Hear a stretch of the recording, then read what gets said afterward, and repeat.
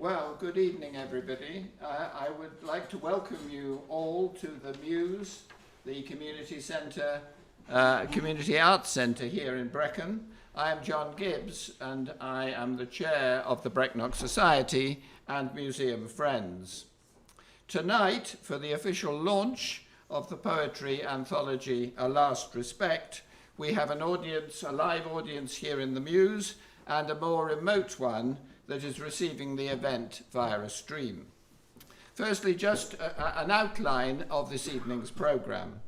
We begin with a short account of the life of Roland Mathias by his son Glyn. Glyn is himself president of the Brecon Society and is very well known from his time as a political editor, firstly for ITN and then for BBC Wales. He's also held various public appointments and has been the chair of the Roland Mathias Prize Committee. Then will follow a discussion on topics such as Roland Mathias's contribution to the subject of Welsh writing. The chair for this discussion will be Professor Chris Meredith. Chris Meredith is very well known as a poet and novelist and is Emeritus Professor of Creative Writing at the University of South Wales. He lives in Brecon, and we are just 100 yards or so from the wall inscription he composed and co-designed for the Gaia Cultural Centre. This blends original text in Welsh and English with lines from poets such as Henry Vaughan and Dafydd ap Gwilym. Also contributing to the discussion will be Glyn himself and Daniel Williams, the co-editor of the anthology. Daniel Williams is Professor of English and Director of the Richard Burton Centre for the Study of Wales at Swansea University. Daniel has a special interest in the interrelationship between different literary traditions, Irish, Afro-American, and of course Welsh. At a point in the discussion, we will have the pleasure of hearing one of the Roland Mathias Prize winners, Rhian Edwards, read some of her poems to us. Our panel members will also choose a favourite poem from the anthology. And finally, Glyn describes the book, A Last Respect, and reads the poem of the same name. So to start our programme, over to you, Glyn. Thank you, John.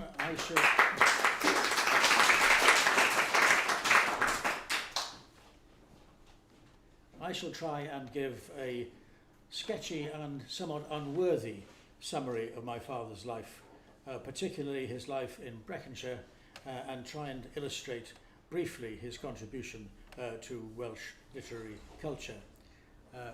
He was born in 1915, the son of Evan Mathias and Muriel, who was the daughter of a farming family in the Glyn above Talabont. Evan was an army chaplain. He chose to join the chaplaincy as a nonconformist minister at the outset of the First World War. He served at the Dardanelles and the Western Front, while Muriel had differing views. She was increasingly a pacifist, a conscientious objector, a pacifist, and she believed that government was evil and that war in particular was evil, and that we should submit ourselves just to God's will. There were tensions, obviously, in the family as their lives progressed. My grandmother's family were farmers in the Glyn, the valley above Talabont.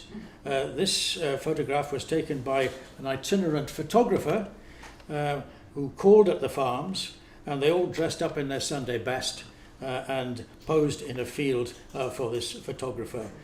My grandmother is there with her siblings, my great-grandparents, and a stray boy who was taken in by the family.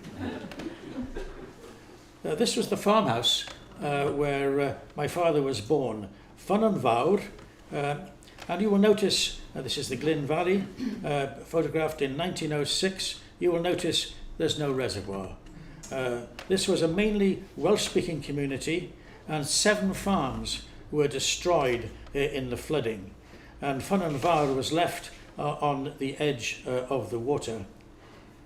The site is now abandoned and demolished. This is where approximately I think it was.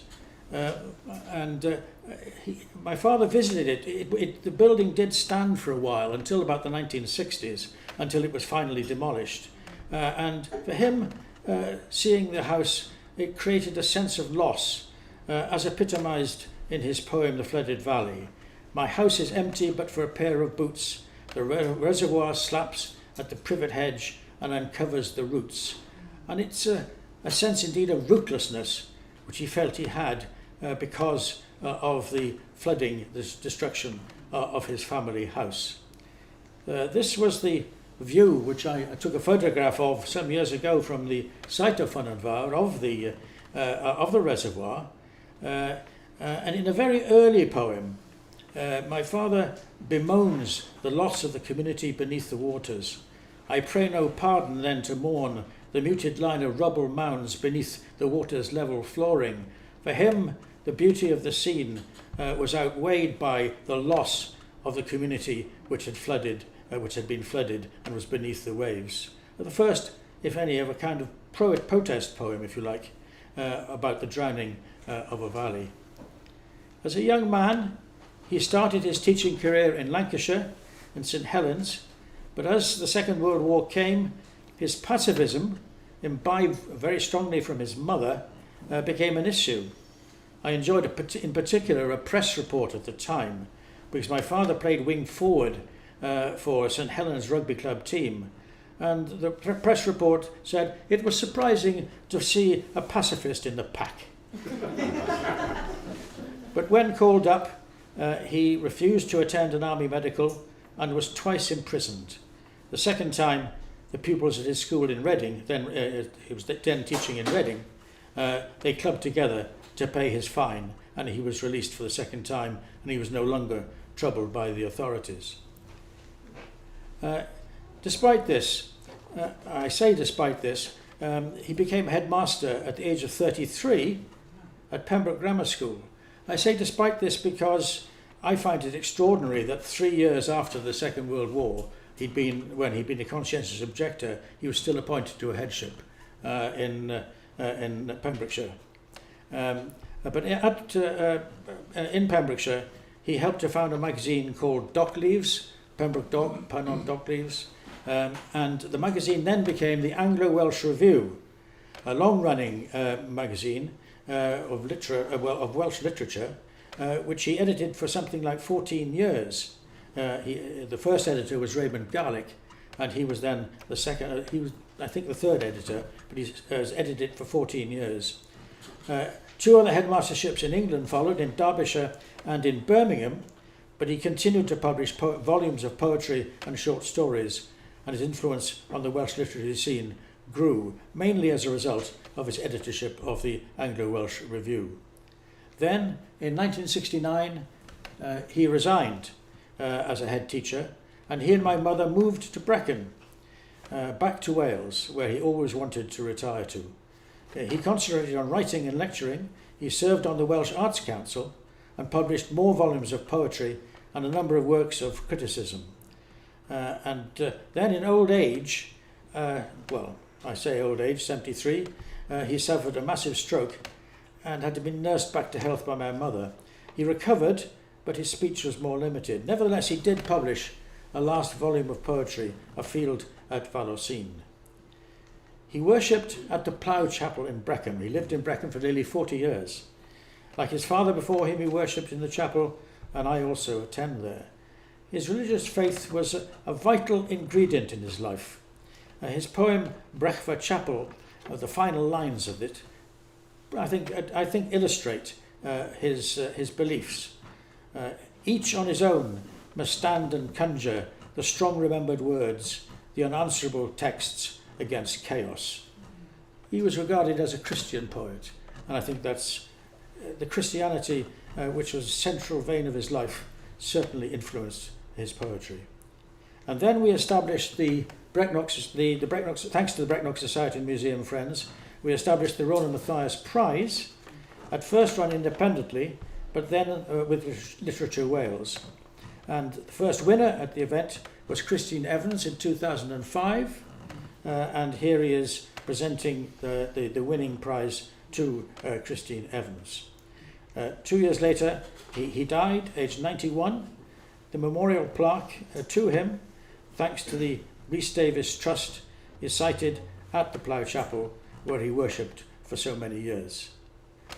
I hope this is a brief and probably unsatisfactory summary of his life, but to enlarge on it, I'd like to bring up Chris Meredith, who is a doyen of the Brecon literary scene, poet, novelist and critic, and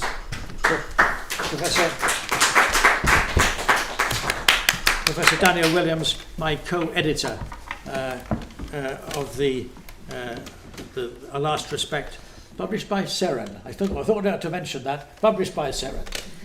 Chris is going to chair our discussion. So, Chris. Thank you, Glyn, and welcome everybody. Thank you.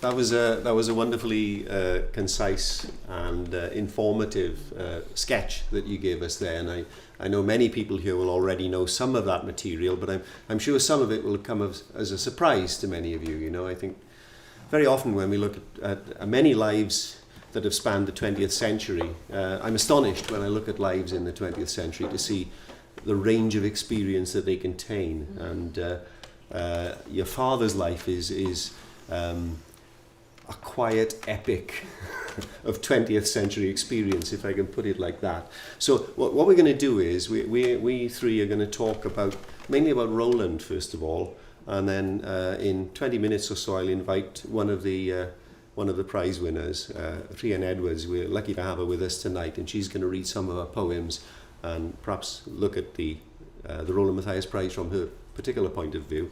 And then in the second half, we'll talk about the prize and the legacy that Roland has. So that's the format.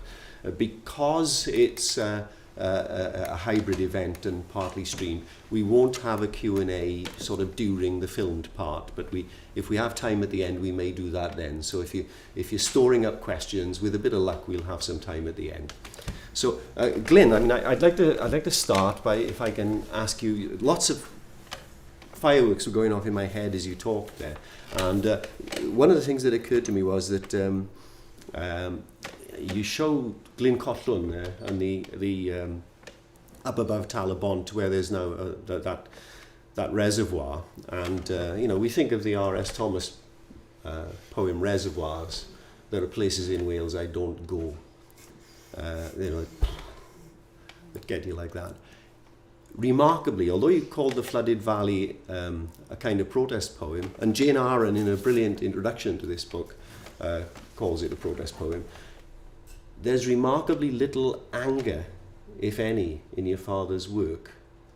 And you could hardly call him a protest poet. That would be the wrong characterization, I would say. I mean, have you got any thoughts on that, first of all? You know, that there's such an equanimity in the demeanour of his career, if you like, if I can put it like that. Or have I got that wrong? I think you got that slightly wrong. I think, particularly when he lived in England for so many years, he was headmaster in Pembroke Grammar School, but he was unable to get another headship in Wales because the Welsh Labour Party had blackballed him because he didn't toe the line. And he had to find headmasterships in England, which he very much regretted, and he felt a huge sense of loss about that. But he wasn't bitter about it. I think you're right. He wasn't bitter about it, but he was very conscious that he was in some form an exile, and that in some ways his writing was a search for reconnection with Wales and with his Welsh heritage. He was very good at visiting his Welsh relatives. I suppose I'm not very good at visiting uncles and aunts and cousins, but he was very good. He would go to the valleys, and he wrote poems about his relatives in the valleys, and their sense of rootedness, which he very much admired. and he just felt he didn't have that, and that's what he was trying to recover, and some of his writing is an attempt to recover that. Yeah, okay. So it's interesting you mentioned the word exile, and we must remember that a very large part of his life was spent outside Wales from very early on, actually. And the eye of exile. Any thoughts on that, Daniel, on that theme? How long have you got, Chris? Well, Exile, yeah, probably, yeah, one of the defining elements of the Welsh experience, right? We've been celebrating Raymond Williams's centenary this year, and you know, exile and measure, what he calls in Border Country, measuring the distance, is what his work is all about, and it comes through very powerfully in Roland Mathias's work. I had a quick question for Glyn. He was blackballed because of his pacifism, was he? I mean, what made him a... No, because he didn't tend to toe the line which the county council... So just generally assumed to be an awkward An customer. awkward customer. Yeah, Yes. yeah. Yes. It was not his pacifism. No, right. So not for a specific issue. What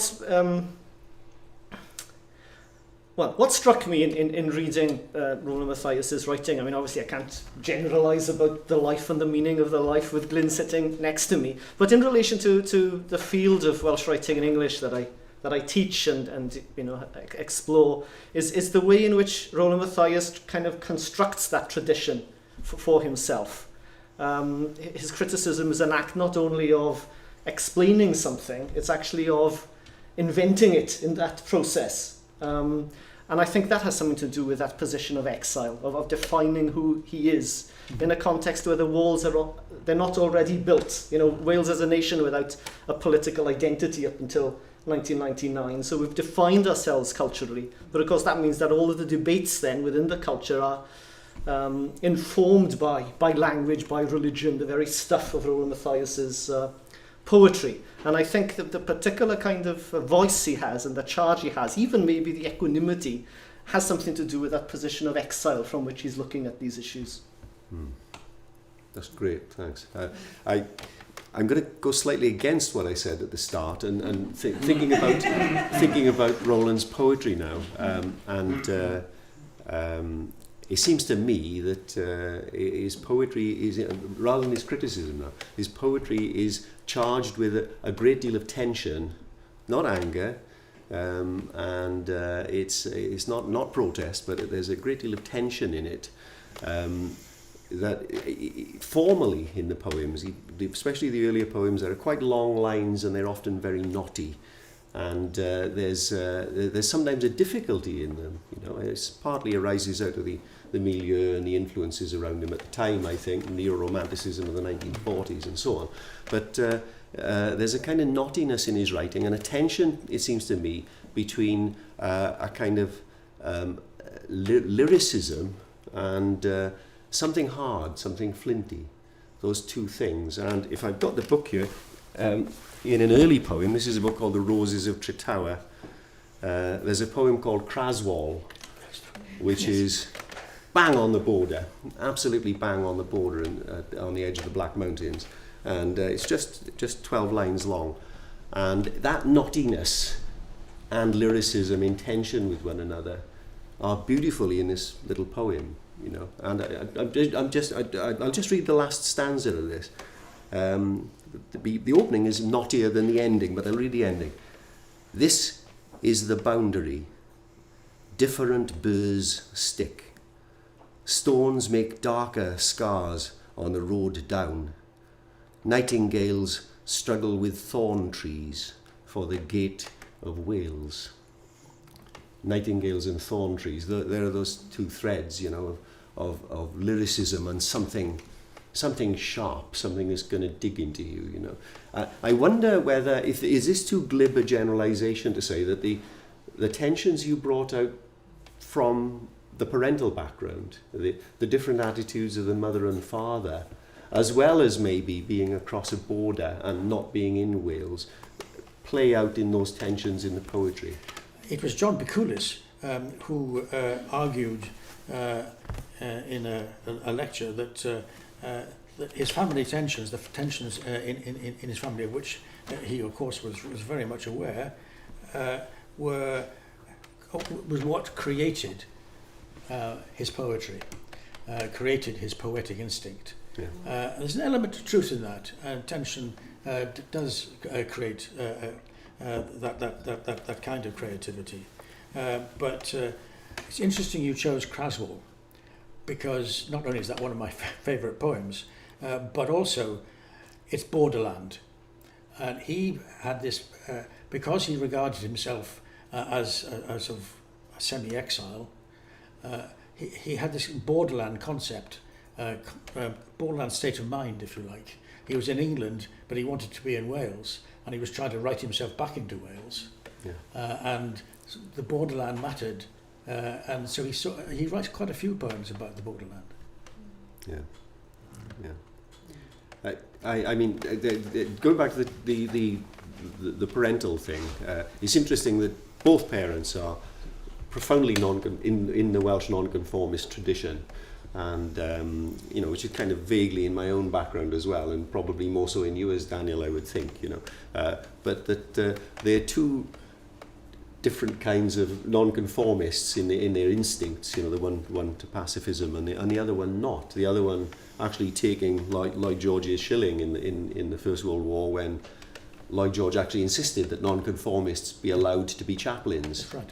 as well as the Church of England. That I think is what inspired my grandfather to become an army chaplain. Yeah. It's a strange byproduct of Lloyd George being in the government, I think, that happened. But I mean, but it's also a linguistic tension between the two, not a tension between the two, but the linguistic difference, with the father actually coming out of a Welsh-speaking background, and the mother, although growing up in an area that was largely Welsh-speaking at that time in Breconshire, actually being an English-speaking family. No, my grandmother did not speak Welsh, and because the family, her parents had moved into the Glyn from Cardiff, I think, and they did not speak Welsh, and they stood out a little bit in that community as a result. And there was this tension of language, as well as the religious tension, because my grandfather was a fluent Welsh speaker, could write Welsh, and he wrote also to his relatives always in Welsh, but my grandmother did not speak Welsh, so there was a tension there as well. Roland was actually out of Wales kind of quite young, so the story of that background in the farm before they left, is this something that he acquires later in talking to the family or in visits later, or did he actually remember that time? Was it laid down early on, or is it something that he discovers as he grows? Are you able to know that? My impression, I don't know, but my impression is that he was constantly searching about his background. He was constantly searching about what happened to the family. They did leave that farm before the flooding, but he always symbolised for him what he'd lost, and so he was always searching for his Welsh background. And so, yes, I don't think he was very young when they left, so he didn't know it at the time. But as he became more and more of a writer, this was a kind of inspiration for what he wrote about. Yeah, so it is actually a kind of effort of will to acquire this, rather than something that is kind of nurtured in it. And we should remember too, by the way, that of course he was an historian. His academic background was as an historian that plays into all of this. So he looks into personal history as well as into history in the more general sense. I don't. Any thoughts on that, Daniel? On those threads? Well, yeah, a number of threads there. I mean, the question of the language is obviously interesting, and in some ways central, and in some ways not. In that, one of the maybe classic narratives of immersion for a Welshman in exile is to return to Wales and to learn the language and to write in the language, to engage with Welsh language culture in that way, which is not what Roland Mathias does. And in the afterword to the book, I've got a quotation from his illustrated history of Anglo-Welsh literature, where he talks about the disappearance of the shibboleths, he calls them, into Welsh culture. And it struck me as a kind of counterintuitive point of view, because he saw in the 60s the emphasis on the language and on linguistic identity as a mark of actually the withering away of other kinds of Welshnesses. You know, whereas the standard narrative would be the rise of Cymdeithas yr Iaith, the struggle for the language, this is a revival, this is Wales' awakening. He didn't see it like that. He saw the waning of nonconformity, the waning of other markers of Welshness, meaning that all we had left was the language, and for him, that was a loss. It's a striking kind of alternative narrative of that period, I think, and speaks to the plurality of Wales and the meaning of different kinds of Waleses in the plural. And that's part of his significance, and I guess in some ways part of what the anthology represents today. Do you think, in a strange way, he was kind of ahead of the game in that plurality and diversity and so on? These are buzzwords now. Yeah. But he kind of had that in an embryonic form in his attitudes then. Yeah. I mean, the famous declaration is Saunders Lewis's, right? Is there an Anglo-Welsh literature? No, we don't speak of an Anglo-Welsh nation, and there's no Anglo-Welsh language. You know, so the markers of a national tradition have to do with its linguistic base. And if you think of the university, that's how we tend to teach literatures, right? There's French, German. Once you start looking at the literatures, of course, you start to realize, well, actually, these places are more complex like that. What do you make of Nova Scotia literature that's using French and Micmac, for instance, in relation to French literature? You know, these definitions break down in practice. Roland Mathias, one response to that kind of Saunders Lewis position is to say, well, that view is just old-fashioned essentialist nationalism rooted in earth and language and all that blood and soil stuff. And what you replace it with is a kind of multicultural pluralism, if you like. The danger of that, though, is you know, what is that ultimately based upon? And Roland Mathias doesn't do that. In fact, he broadly accepts the Saunders Lewis analysis in the sense that culture needs to have a basis. Culture doesn't emerge from nothing. But the key then is for that culture to be open and to be plural in the way that it defines itself. So it's a plural Wales that is historically rooted. I think that's the key. The danger for certain kinds of pluralism that's often advocated today under the banner of what's known as postmodernism is that it does away with history. It erases the past. So you need to be always open to new people coming in, new voices, even new languages. But you need to be aware from where you're from as well and the particular traditions out of which your people have come. And I think Roland Mathias is always aware of both those things. And that's why he's a prophetic critic. Right, okay. You mentioned earlier that there's this idea that in excavating, as in a kind of a literary historian in a way, threads of stuff written in English in Wales, that he's kind of creating a canon inventing a canon as much as discovering what's there. Wouldn't it be fair to say that that's what critics who look at neglected material are always doing? Isn't that simply a commonplace about the activity of looking at what writers have done? Or was he doing anything special with it compared to the way other people have done it? He's doing something special because there's nothing there before him, in a sense. That is, say an analogy might be a feminist critic working in the field of English literature. Well, English literature exists, right, as the box. And what that critic is doing is diversifying a tradition that's already being taught. Roland Mathias is establishing a literature that's not taught. No one's doing it. It's rendered invisible. The books are on the shelves. People have them. They exist. But no one's reading them. And no one has made the effort to put them into a tradition. Now, that's what Saunders Lewis did in relation to Welsh literature, you know, was to create a Welsh aesthetic, a tradition for the literature, so that when we then return to that literature or read new books in that literature, we're kind of aware of certain themes and rhetorical structures and histories. And that's what Roland Mathias was doing for Welsh writing in English, or Anglo-Welsh literature, as it was called at the time. So his anthology with Raymond Garlick, for instance, the Anglo-Welsh poetry anthology, doesn't start with Caradog Evans, doesn't start in the early 20th century. It starts with Hywel ap Swrdal in the medieval period. I mean, he's saying English is a Welsh language, and has been. And that's, that's an important statement, and that's the difference, that he's creating something out of actually nothing. Are we crediting him with a bit too much? I mean, with the pre-20th century stuff, surely you're right, but in the 20th century, I mean, they're purely a matter of figures to do with the rise of an urban working class in Wales, and a base using the English language had the beginnings of creating a literature that was actually undeniable, although some figures were trying to kind of deny it. I mean, that was happening anyway, whether Roland was a commentator or not. Yeah, I guess. I mean, it depends then on what significance, if any, you give to a literary critic. And of course, I obviously think critics are quite important.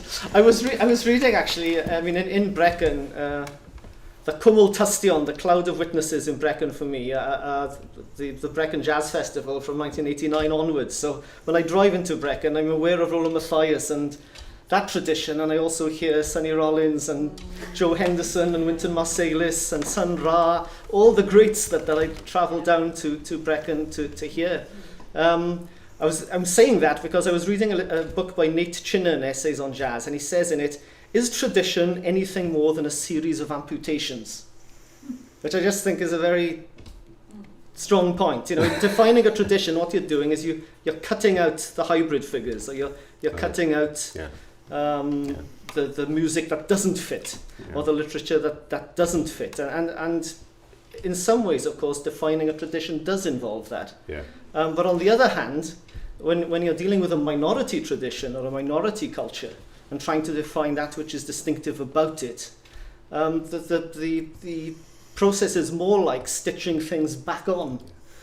I mean, for instance, I think it's worth remembering that, I don't know, let's pick a figure at random, Iolo Morgannwg, who we think of as a great recoverer of medieval literature which was lost, and then a great faker of medieval literature which he liked to think was lost, and he forged an enormous amount of stuff, one of those great forger figures of Europe of the 18th, 19th century, we forget that he actually wrote poetry in English as well. And that's left out of the narrative until Roland Mathias and Raymond Garlick come along. Absolutely. Yeah. There's lots of lines I'd like to pursue there, but I think we should actually, instead of blabbing about this stuff, actually listen to a proper poet. I'm all for that. So I'd like to invite Trian Edwards. Now, Trian won the Roland Mathias Prize in 2013, I think it was. Trian, have I got that right? For her first book, Clueless Dogs. And since then, various pamphlets and a second collection, The Estate Agent's Daughter, appeared, was it last year? Last year, yeah. And Trian is going to actually do some of this stuff to us. Instead of us talking about it, somebody's going to get up and actually do it. So please welcome Trian Edwards.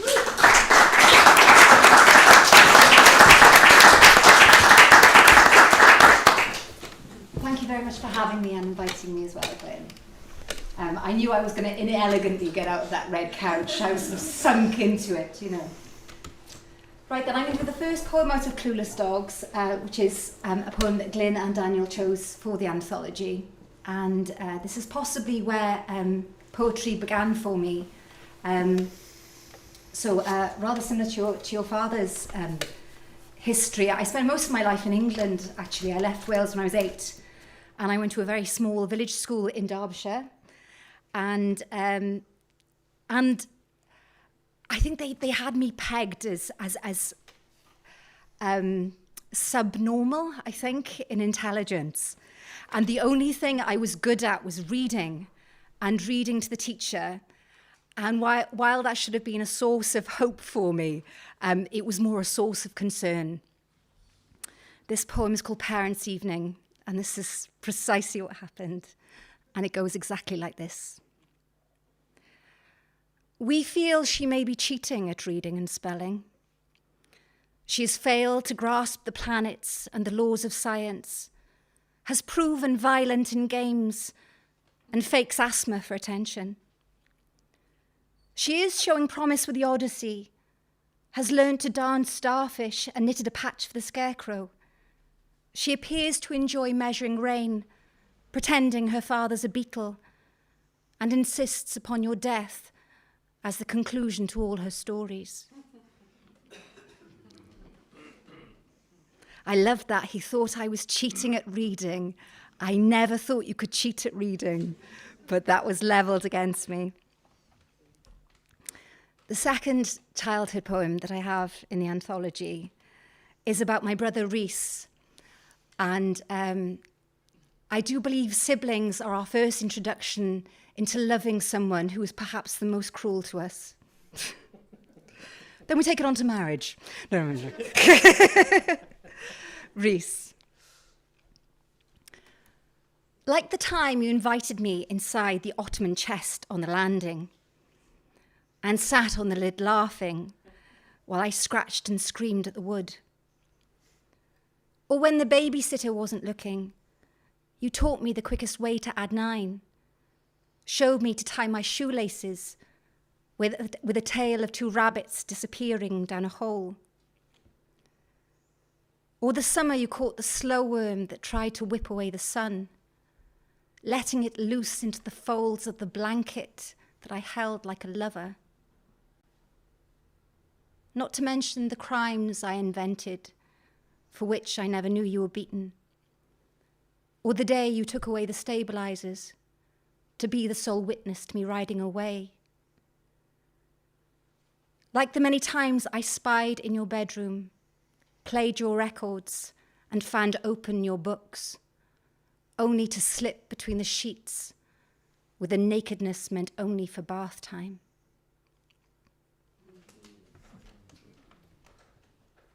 Yeah, morally ambiguous, that one, isn't it? This next poem. The father of my child, I met out in New York. So I had Clueless Dogs coming out, and I'd always wanted to go to New York. And I was wondering why I was waiting to meet a man to take me there. So I took myself there, and I happened to meet my future husband on the first night I was there. And little did I know it would go anywhere. I thought it was just a holiday romance.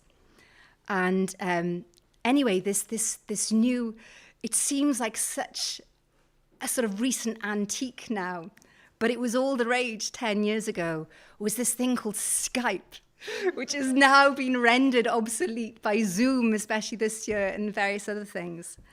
And I had a very simple PC that didn't have a camera, so I bought one of those clip-on ones from Argos, because I didn't really see the relationship going anywhere, so I thought it wasn't worth investing. And anyway, with this cheap technology, we would conduct these Skype conversations. And so this poem is very unoriginally called Skype. Now we are falling by way of a window. The motion picture of the mouth, the faithful companion of the voice, staggered by a split second. Now we can only see the other by looking away from the lens. The voyeur conversing with its prey, caressing your face with a cursor. Now that we have come to a blur, a pixelated mashing of atoms stock-stilled in vignette, we refocus the cynosure with a fractious waking of a bleary eye. Now that we are a screen, a sea apart, 3,000 miles as the crow flies, you lean in for the kiss with only the blue iris of the camera to requite it.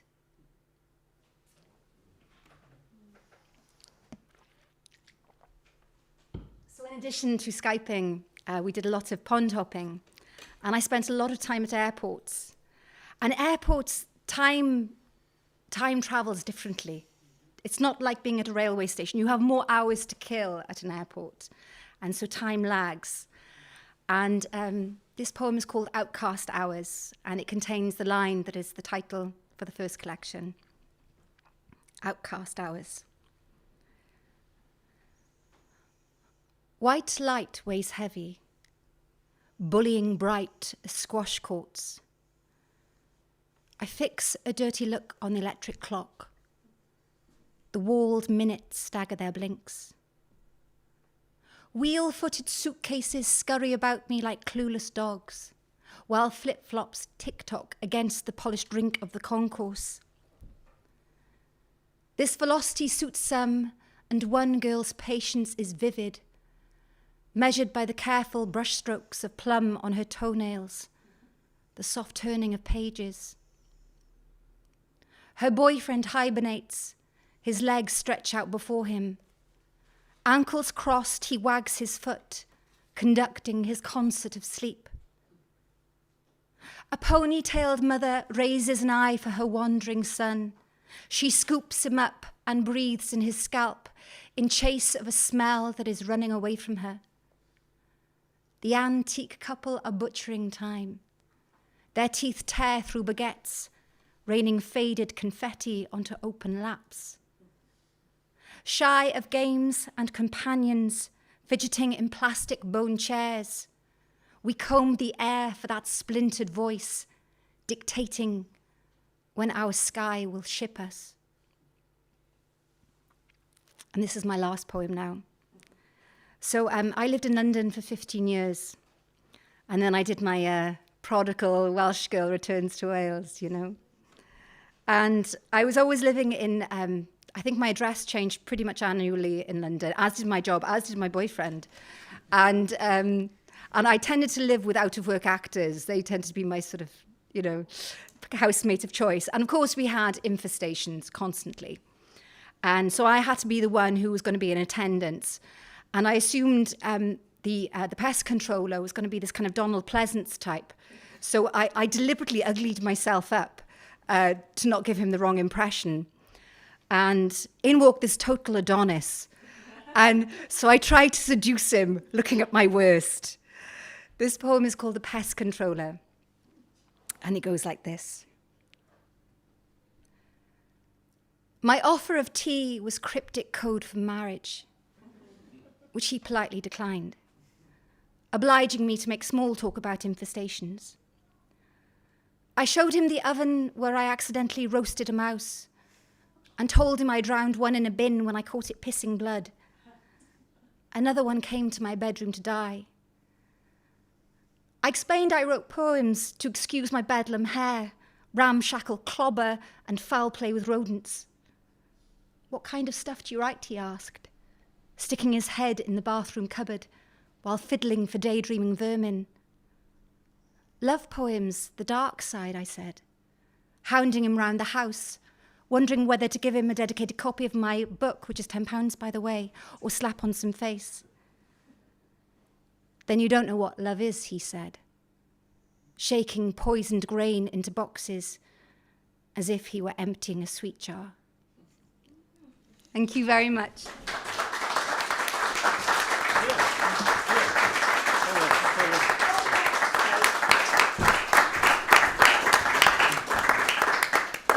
Thanks very much. I'm tempted to ask you to carry on until we run out of time. But, I'm afraid John Gibbs will pursue me and blame me for that. But thanks very much for that. It's interesting to hear about you had so much time outside Wales, you know. And I think I've heard you read in the past, and your accent has shifted a little bit. Are you aware of this, or is it just my changing? It's very, I don't know. Yeah, Really? It's slightly more Welsh than the last time I heard I've it. been back here 10 years now. Yeah, that's so what it is. Only about 5 years ago. So it's, Us Brecon living for you. yeah, Bridgend. Yeah, I know. Gets in the blood, doesn't it? Yeah. Like an infection. I'd like to ask you. Maybe I don't know if these fellas would like to ask you something, but I mean, Ask away. how does you know? I'm one of these boring people who's born here and stayed here. So how does that living inside and outside? How has that affected your relationship with the place been? Well, so this is interesting. So I never felt I belonged in England, and exile was such a perfect term for it because I didn't leave Wales out of choice. I loved Wales. I was born in Brecon. My father had an established business here, and because my father's family were very much entrenched in Brecon and sort of owned a lot of it, she felt the only way she could truly divorce him was to get into another country with us. And in certain ways, it was probably probably a good decision, because my brother and I were always known just for being my father's son and daughter. We didn't have an identity in our own regard. We were Rhys and Rhian Edwards. And, but we had to establish our own identity. And I was in Matlock, and it was so funny when they went, "You're from Welshland, aren't you?" And I was like, "You don't even know it's called Wales," But of course, like any child, I was 8 years old. I lost my accent pretty damn quickly as a form of survival more than anything else. And then I went to London and did my law degree there, and then did my law masters and did my LPC.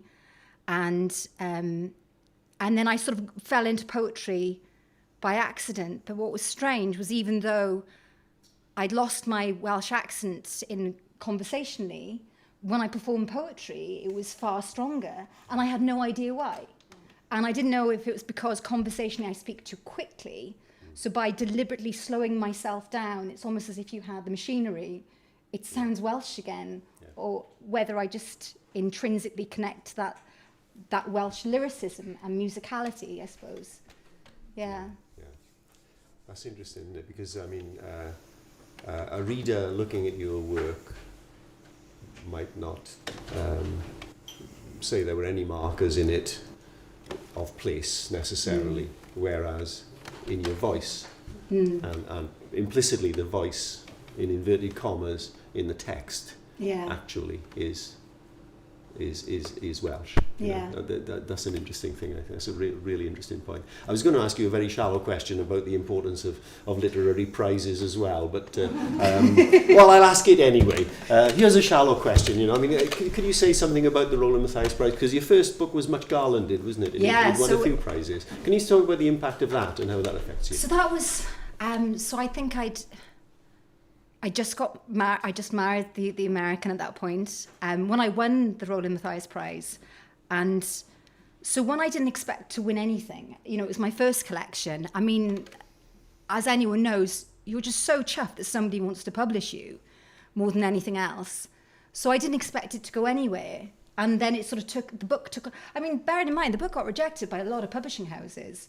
You never see that. You never see the effort that went into and the rejection that went into something that's suddenly lauded, So it got shortlisted for the Forward Prize, and that was incredible. And then I hoped to win that because that would pay for my husband's visa to come over here. I saw everything in terms of what it could help, I suppose.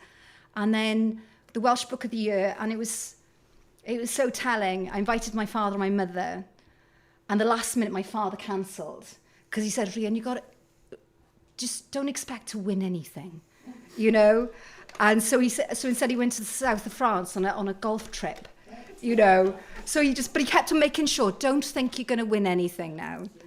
And then I won all 3 prizes, you see, which is unprecedented, So there I was, heavily pregnant with a glass of champagne, must looked awful, But I was like, oh my God, I couldn't conceal the absolute, from the girl who basically, the teachers in Roseley farming community in Derbyshire who thought, and they thought I was retarded. So they thought, because I was so shy and panicky, and I was so worried about getting things wrong, but I liked to read. And the fact he thought I'd read this book several times before reading it to the teacher. So to go from that to that is just, it's incredible, to have that kind of recognition, especially as somebody who'd never won anything before, who sort of had it in her heart that she was not really very good at anything, And then this poetry thing happened, and I just had the confidence that I was quite good at this. And I wasn't very well read in poetry at all. I just decided, I don't know about a lot of you who've been to lots of poetry readings. Yes? 90% of them I flipping hate. I got to be honest. I find a lot of poetry readings a bit like theatre, and it's the 10% of them which are the shit hot thing that you want to go for. That's the money. When you leave a theatre and you go, that's what theatre should be. And that's why I thought, well, I want to learn my poems off by heart. I want to really direct them to the audience. And I could see just what impact that could have. And so I've kind of completely derailed and digressed, and I don't know where I am now, you know. But it was just, no, it was fantastic to get that level of recognition for something, which, you know, having not felt I was much good at anything before. That's great. Thank you very much. Thank you very much. Okay, thank you.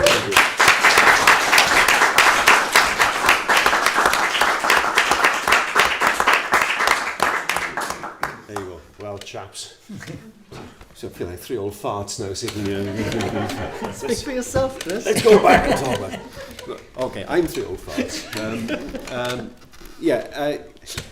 I'd like a couple of things I'd like to say that I didn't get around to saying in the first half. The first one is that something that perhaps hasn't come over strongly enough yet is, I mean, we've sort of, I think, said a lot about your father's considerable achievements, and a lot of them actually invisible stuff to do with committees and organising and enabling, you know, the unsung stuff that's very important that went on. But I'd like to say, I mean, I knew your dad slightly, and he to me was a great benign presence, and figures like that are actually relatively rare, and I imagine that as a headmaster he possibly had the same kind of combination of benignity and gravitas, you know, that he brought to his professional life as a writer and a critic and a historian and an enabler of other people. And figures like that perhaps aren't well enough acknowledged. And it's a great thing that you've done, you in initiating it, I think, Glyn, and in your co-editing. It's more than an act of filial piety, because it kind of helps to crystallise something of the achievement of a life. And this anthology brings together actually a fabulous lineup of poets, and as you suggested, Daniel, fabulously diverse line of poets. You know, Danny Absey and Philip Gross and Gwyneth Lewis and Robert Minhinnick and Owen Shears are among the well-known names, you know, and then there are less well-known names to some people, maybe Alvy Darcy and perhaps John Freeman people don't know about. You've got a good solid chunk of work from each of these poets here, and also two wonderful essays. Jane's opening essay, which is an appreciation of Roland's life and work, and Daniel's brilliant analysis of the cultural context that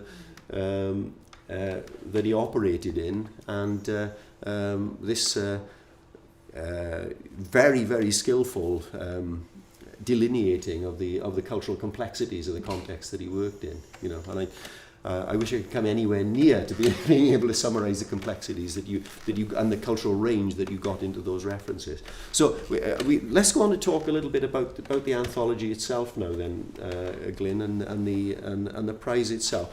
Can you say where the idea came from, the prize initially, and how it progressed? Tell us something about that. Well, I think its genesis was very simply that I wanted to establish some kind of memorial. Memorial is the wrong word, recognition and tribute, perhaps, to my father's work and his career. And I thought that establishing the prize would help to continue his name and continue his reputation, which I think it did. And particularly with when it was transferred to Literature Wales, it became much better known, and it became simply a poetry prize, whereas it had been slightly more complex earlier on. And as a result, I think his name was carried on for many more years than it otherwise would. And you've got to remember that he died aged 91, so his achievements were kind of several decades ago, earlier, and some of the present generation wouldn't necessarily have known about him. And I think that was the reason why I wanted to have to establish his name. Yeah. And initially the prize, of course, covered several genres, didn't it? And yes. The ones in which Roland himself wrote, so criticism, history, yes, and poetry. Yes. And I was actually on the judging panel for several years, and I had the, shall I call it the dubious privilege of having to read pretty much every book published in those fields with a Welsh connection, and it was a privilege, and a lot of it was great, and it was pretty grueling as well. You know, we had some fun meetings, and your dad was around for some of the earlier meetings as well, which was a great privilege for me actually to be involved in that. The interesting thing is that almost all the prize winners actually though were poets. They were the ones who came out as the winners, and we looked at short story, not at novels, but at short stories, and we read some good short stories, but none of them quite in the end made it to the prize. In a way, I wish we'd have been in a position to have rewarded a short story writer as somebody who in a very small way has written some short stories. This is a genre I think that is incredibly tough, and your father was a good short story writer too. There's a good collected short stories that's worth looking at. It's a pity that we didn't find a book that could quite do that, but there was one person, a non-poet, who won the prize, and that of course was Jane Aaron, who's written the introduction to this book. So criticism too has found its reward, but of its nature, criticism is seldom anthologized alongside poems, although it does occasionally happen. Yeah, and it doesn't win awards very often either. No, this is true. I was on the panel before it joined the Literature of Wales Poetry Award, and I was gutted when that happened because there had a few books coming out, and I thought, you know, I might have a shot. But it's interesting that poetry did, apart from one occasion, did win, and that subsequently poetry was the winner of the overall prize for Literature of Wales, as well as the Roland Mathias Prize. Yeah. And I think that that was an indication that poetry in Wales in the English language was gaining a recognition and a strength which possibly wasn't there before. Yeah. Yeah, it was very rare for a poetry collection to win Book of the Year, but it did increase once it became the Roland Mathias Prize, so whether that's cause and effect it won 4 times. Yes, right. The overall, yes. I've never looked at the stats. I don't know. I mean, I couldn't tell you the stats exactly, but what Glyn says is true. I was judged for Book of the Year once before the Roland Mathias Prize was involved in it, and actually Robert Minhinnick was on the shortlist that year and didn't win it in that particular year. Unusual for Robert, because he usually wins these things. Yeah. But he is in this book. He did win the Roland Mathias Prize a little bit later, and he did win the Book of the Year on 2 other occasions. So, but it was a collection of poems that won in that year for the Book of the Year, and it was a Duncan Bush collection called Masks. But it was, to quote the man on the statue outside that's still standing the last time I looked, a chap called Wellington, it was a damn close run thing between those two, you know. But I mean, I wonder, I think we can acknowledge that the prize has done a great deal of good, actually. But what about the idea of literary prizes? I mean, isn't there something kind of morally ambiguous about them anyway? As in, the idea that there's some kind of a competition. Have you any thoughts on that, Dan?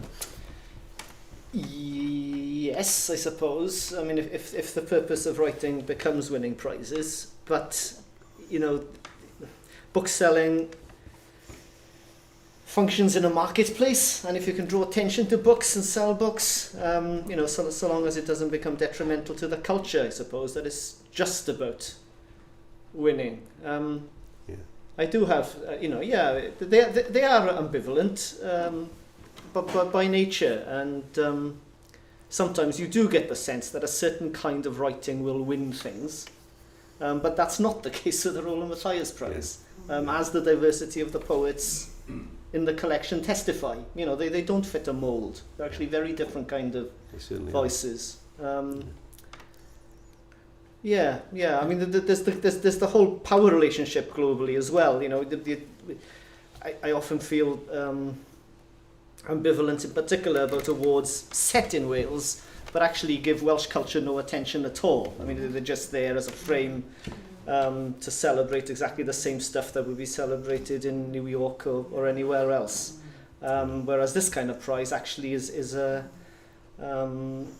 functions to draw attention to Welsh culture and to celebrate it, and we don't do enough of that. Right. Yeah. So there's that dimension to it as well. But to pick up one of Daniel's points, the diversity in this anthology is considerable. I mean, not only is it the diversity in terms of gender, diversity in terms of age, but diversity in particular in types of poetry and in the kinds of writing that is included. And so the in terms of the judgments that were made about who should win the prize, there was no set mind, there was no set view about what should win, because the diversity of the winners tells you that wasn't the case. It goes on whether it's any good or not, which I think a great deal of criticism nowadays isn't really exercised by the idea of whether the work being discussed is any good or not. The subject is often something else, isn't it? You know, that what does it tell us about X? How does it reflect this context? How are women represented in this text? But I suppose that I think one of the great things about prizes is that it does foreground just the idea of excellence, which often isn't what academics are necessarily primarily interested in when they look at work. Yeah, I'll demur slightly, or at least go back to your earlier question about the tradition, because what a tradition allows is for you to identify that excellence. Yeah. I don't think the idea of excellence is just universal and crosses all cultures. You know, relativism trumps everything. I appreciate in a that. sense, you know, when you think of Peter Lord's work on Welsh art, you know, we weren't paying any attention to Welsh art because it was folk art and a naive kind of tradition that wasn't actually being celebrated by the customary kind of criticism of that kind of art. Yeah. So he reconstructs the tradition and says, actually, there's a very similar kind of tradition in the United States. And Welsh artists were actually being sold for considerable sums in the US, being mistaken for US folk artists. Whereas in Europe and in Britain, these paintings meant nothing. So one of the roles of a tradition like the Anglo-Welsh tradition is actually to establish excellence, you know, what is excellent within it in its own terms. The culturally own terms. I'd accept that. Nevertheless, critics often aren't particularly interested in whether the work is any good or not when they discuss it. Yeah, okay. And that's not a bad thing. That's maybe a good reason. It's just a different thing from what we do when we have a prize set up. You know, it's something maybe that I wouldn't say that criticism necessarily neglects it, but it's not at the forefront of what's going on. The couple of other things I want to say before we go on to read some poems, which we will in a few minutes' time. Is there anything we haven't covered that we ought to say before I go on to those other things? And that's some kind of thing. Anything you chaps want to... I hate open questions. Okay. The world's in a bit of a mess at the moment, Chris. I just won't go there. I just wanted to make sure that you know, I wasn't leaving out something you wanted me to cover. But one of the things I wanted to say was that going back to Glyn's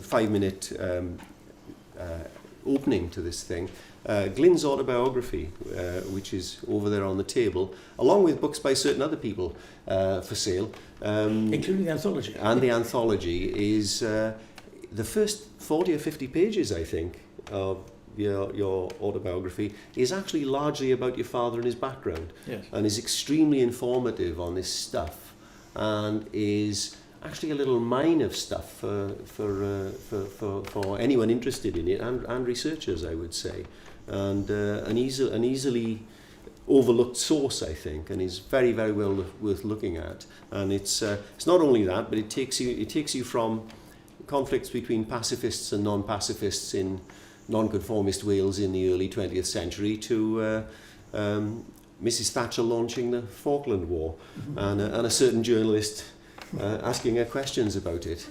So talking about that range of experience in the 20th century, I think you have that in a certain other person's biography if you go back to my grandfather, for instance, when I read his letters, which I discovered an increasing number of, he was an imperialist.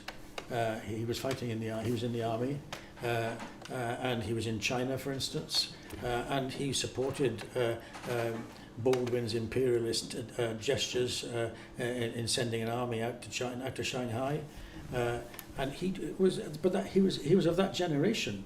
He was very Welsh, proud of his Welshness, but he was an imperialist. But that's a generational thing. And then you come to my father, who was a pacifist, of an entirely different mindset. But that was, again, a different generation. And then you come to the Falklands War, as you describe, and then the arguments about that are of entirely different kind. So it's you have to set things in context. Yeah. In my own family, I know, so there was a similar conflict in my own family in a way, not a conflict really, but a tension. My grandfather was a coal miner, was a Methodist lay preacher and a pacifist, and he actually turned up at the school one day to complain when my father had been taught to recite Thomas Hood's poem Hohenlinden about a battle. Do you know the poem? I don't. Few shall part where many meet, the snow shall be their winding sheet, and every turf beneath their feet shall be a soldier's sepulchre. It's a fantastic poem, all about war being a good thing. And you can imagine a collier turning up and threatening the teacher in his pacifist way about the pushing of wartime propaganda. But my father actually, who became a coal miner himself, did everything he could to get out of the pit so he could go and fight the fascists. And he did. He managed to argue his way out. So these tensions run right through the 20th century. Okay, so I had to mention the autobiography of Glyn. You wanted to say something? Well, I think we should read some poems. I think we're in the last 10 minutes, and what we're going to do now is we're each going to read a poem. And shall I start in order to get my bit over, and then Daniel and Glyn. And thank you all very much. And thank you all to anyone watching this as it's being streamed. And when the filmed bit of this finishes, then we may have time, if anybody wants to do some Q&A. So if you want to stick around and do that, I think we'll have time to do that. But I think I'm going to read one of Robert Minhinnick's poems, I should say.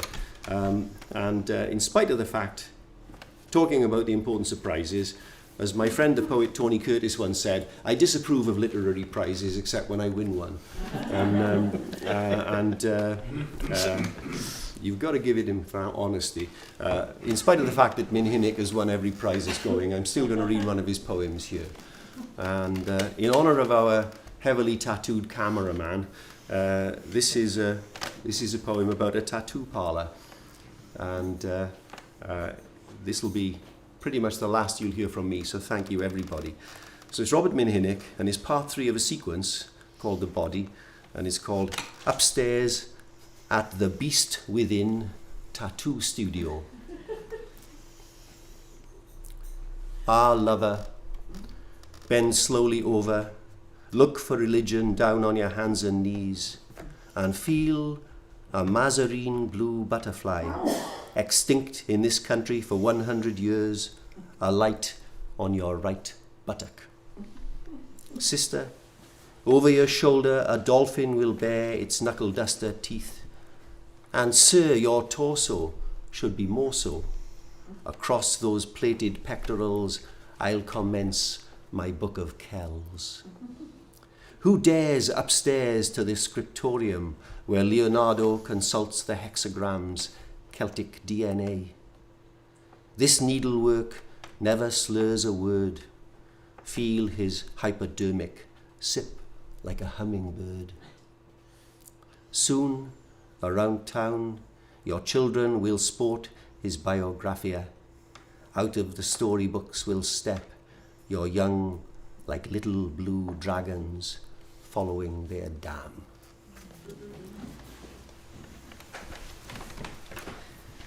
Follow that.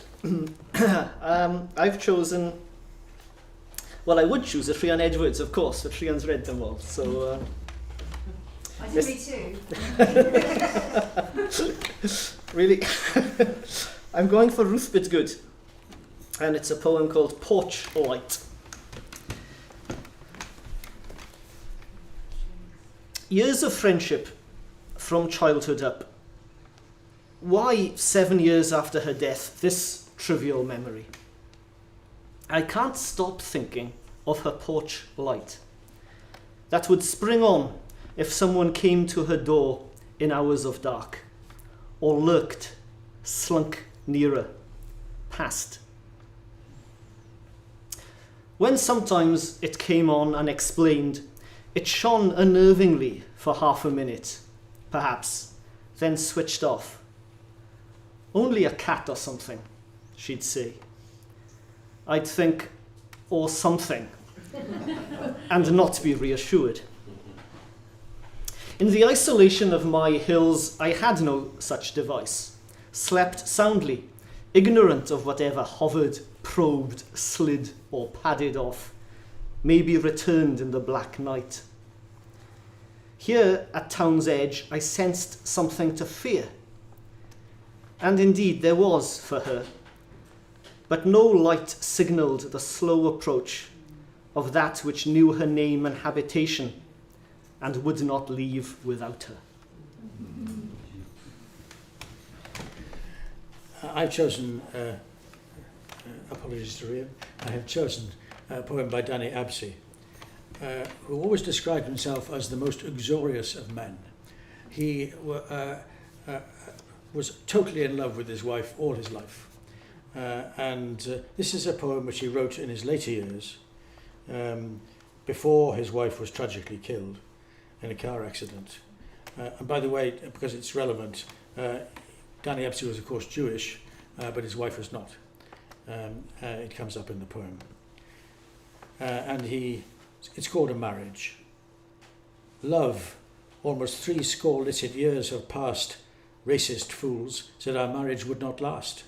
Since our student days, honeysuckle nights, when you'd open the jammed, sashed window above the dark basement flat, and I below would be an urgent, athletic Romeo. Remember when I hacked my shin and swore at you, and you put an exclamation mark to your lips because of the German landlady's law, no visitors after 10 p.m. She kept castrating instruments for men. Up the creaking stairs, Indian file, the door closed. You play before one amorous word a Louis Armstrong record, or another diverting disc, lest something of our nothings would be heard. Oh, the stealth of my burglar's exit through the dark, the landlady's dog that we called Wagner, alert, anti-Semitic, lifting its ears to rehearse a virtuoso chilling bark. I hear its echo still at the front garden gate, down the lamplit street, faint through the hurrying years, to where we are, in sickness and in health, in perdurable love, aging together, lagging somewhat, slowly running late. Thank you very much.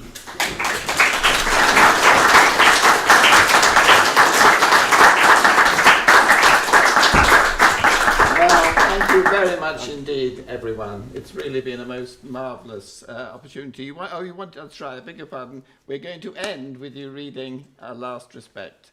I won't say any more. I'll leave the last word to you, Glyn. Thank you. I think everyone else would like to show their appreciation as well. Thank you.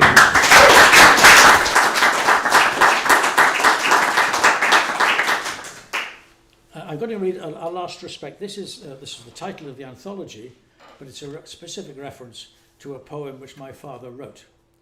The poem is about his father's, my grandfather's funeral.